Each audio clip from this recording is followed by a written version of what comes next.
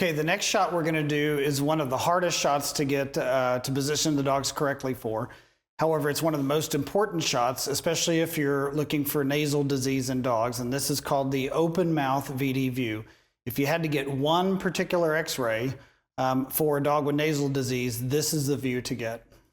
Unfortunately, it's the view that we don't get a lot of times. So how do you get this view?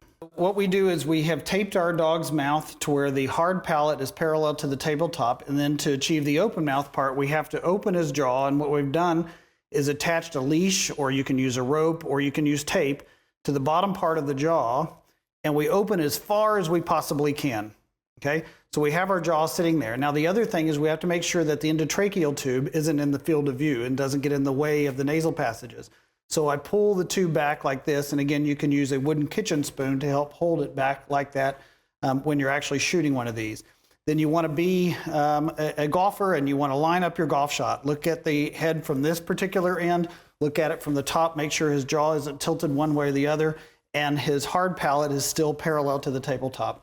Then the next thing we want to do is we want to get our tube head, and we want to tilt the tube head slightly, okay? And that way the beam of the x-ray will hit the caudal aspect of the nasal passages, which is where most tumors tend to live. And so we want to see the back end of the caudal aspect of the nasal passages. If the mouth isn't opened enough, then the teeth and the endotracheal tube in this portion of the jaw will superimpose over this region, and it can hide pathology.